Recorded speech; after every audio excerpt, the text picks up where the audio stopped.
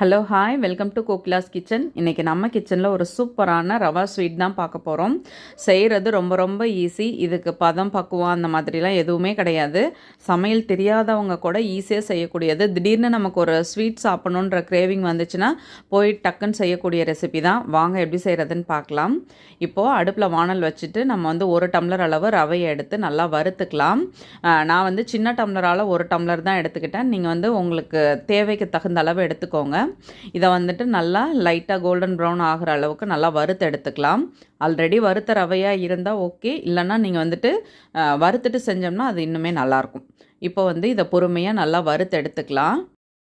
இதில் ரவை வறுக்கிறது மட்டும்தான் வேலை, வேறு ஒன்றும் பெரிய வேலை கிடையாது. இதுக்கு மட்டும்தான் ஒரு 3 to 4 மினிட்ஸ் ஆகும்.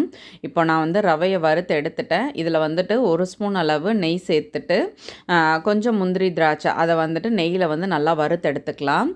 இப்போ பாருங்கள், இது ஓரளவுக்கு நல்லா வறுத்தாச்சு. இப்போ முந்திரி திராட்சை தனியாக வறுத்து எடுத்துக்கலாம். ஒரு 1/4 கப் அளவு அவல் எடுத்து தண்ணியில் வாஷ் பண்ணிவிட்டு எடுத்து வச்சுக்கலாம். இப்போ பாருங்கள், நான் இதை நல்லா வாஷ் பண்ணி எடுத்துட்டேன். இப்போது நம்ம அந்த முந்திரி வறுத்த வாணல்லையே அந்த நெய்யோட ஒரு 2 கப் அளவு நம்ம பால் சேர்த்துக்கலாம். நம்ம எடுத்த அளவை விட கொஞ்சம் ஜாஸ்தியாகவே சேர்த்துக்கலாம். ஏன்னா இதுக்கு அளவு அந்த மாதிரிலாம் எதுவும் இல்லை. இப்போ நான் பொடி பண்ணி வச்சுருக்க வெல்லத்தை எடுத்து இது கூட சேர்த்துட்டேன்.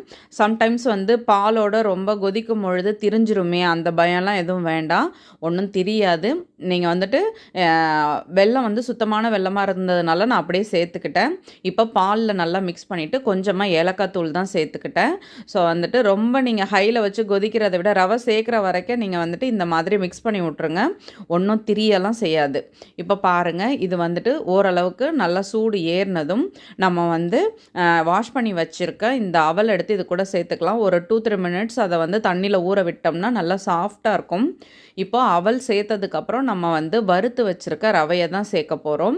இப்போ பாருங்கள், இது கொஞ்சம் நல்லா கொதிக்கட்டும். கொதித்ததும் இந்த ரவையை இது கூட சேர்த்துடலாம். இப்போது லைட்டாக கொதிக்க ஆரம்பிச்சிடுச்சு. நம்ம ரவையை இது கூட சேர்த்துட்டு அப்படியே கிளறி விட வேண்டிதான்.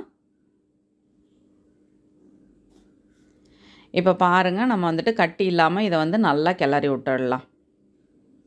ரொம்ப சிம்பிளாக செய்யக்கூடியது. இதுக்கு நம்ம மெனக்கடணும்னு அவசியமே கிடையாது. ஆனால் டேஸ்ட்டு ரொம்ப சூப்பராக இருக்கும். இப்போது இதை நல்லா கிளறி விட்டாச்சு. நான் ஒரு டேபிள் ஸ்பூன் நெய் சேர்த்துக்கிட்டேன். நெய் சேர்க்கும் பொழுது நம்ம இதை அப்படியே ஒட்டாமல் ஒரு கரண்டியில் எடுக்கும் பொழுது உங்களுக்கு எவ்வளோ நெய் தேவையோ அதுக்கு தகுந்த அளவு நீங்கள் நெய் சேர்த்துக்கோங்க. ரொம்பவே நல்லாயிருக்கும். இப்போ இங்கே பாருங்கள், இதை நல்லா மிக்ஸ் பண்ணியாச்சு. இன்னுமே கொஞ்சமாக நெய் சேர்த்துட்டு ஒரு 5 மினிட்ஸ் அப்படியே மூடி போட்டு அப்படியே நான் விட்டுட்டேன். அது அந்த ரவையும் அவலும் நல்லா வெந்து வந்துடும். ஸோ நம்ம சேர்த்துருக்க நெய் நல்லா இது அதோட மிக்ஸ் ஆகி நல்லா சூப்பராக வந்துடும், ஒன்றோட ஒன்று ஒட்டாமல். இப்போ பாருங்கள், நல்லா சூப்பராக ரெடி ஆகிடுச்சு. நம்ம பிளேட்டில் மாற்ற வேண்டிதான். நல்லா சூப்பராக இருக்கும் சாப்பிட்றதுக்கு. ஒரு சர்க்கரை பொங்கல் சாப்பிட்ட எஃபெக்ட் இருக்கும் இந்த சாப்பிடும் பொழுது. ஏன்னா நம்ம வெல்லத்தில் செய்கிறதுனால. இதை சர்க்கரையிலையும் செய்யலாம். சர்க்கரையில் செய்கிறத விட நீங்கள் வெல்லத்தில் செஞ்சு பாருங்கள், ரொம்ப சூப்பராக இருக்கும். இப்போ நம்ம வறுத்து வச்சுருக்க முந்திரி திராட்சையை இது கூட சேர்த்துக்கலாம். சேர்த்துட்டு இதை நல்லா மிக்ஸ் பண்ணி விட்டுற வேண்டிதான். இப்போ அடுத்து நம்ம பிளேட்டில் மாற்றிக்கலாம். நல்லா சூப்பராக வந்துடுச்சு நம்மளோட ஸ்வீட்டு. இப்போது கரண்டியில் எடுத்து பிளேட்டில் மாற்றிக்கலாம். இது செஞ்சு வச்சோம்னா எப்படி காலி ஆகுதுன்னே தெரியாது, அந்தளவுக்கு சூப்பராக இருக்கும். இங்கே பாருங்கள் எவ்வளோ அழகாக கரண்டியிலேருந்து விழுதுன்னு. நம்ம ஒரு 2 டேபிள் ஸ்பூன் அளவு நெய் சேர்த்துருப்போம், அவ்வளோதான். ரொம்ப சூப்பராக இருக்கும் இது. மேக்ஸிமம் சூடாக சாப்பிடுங்க, அப்போ இன்னுமே நல்லாயிருக்கும். இப்போ பாருங்கள், சூப்பராக நம்மளோட ஸ்வீட் ரெடி ஆகிடுச்சு. சுட சுட சூப்பராக நம்மளோட ரவா ஸ்வீட் ரெடி ஆகிடுச்சு.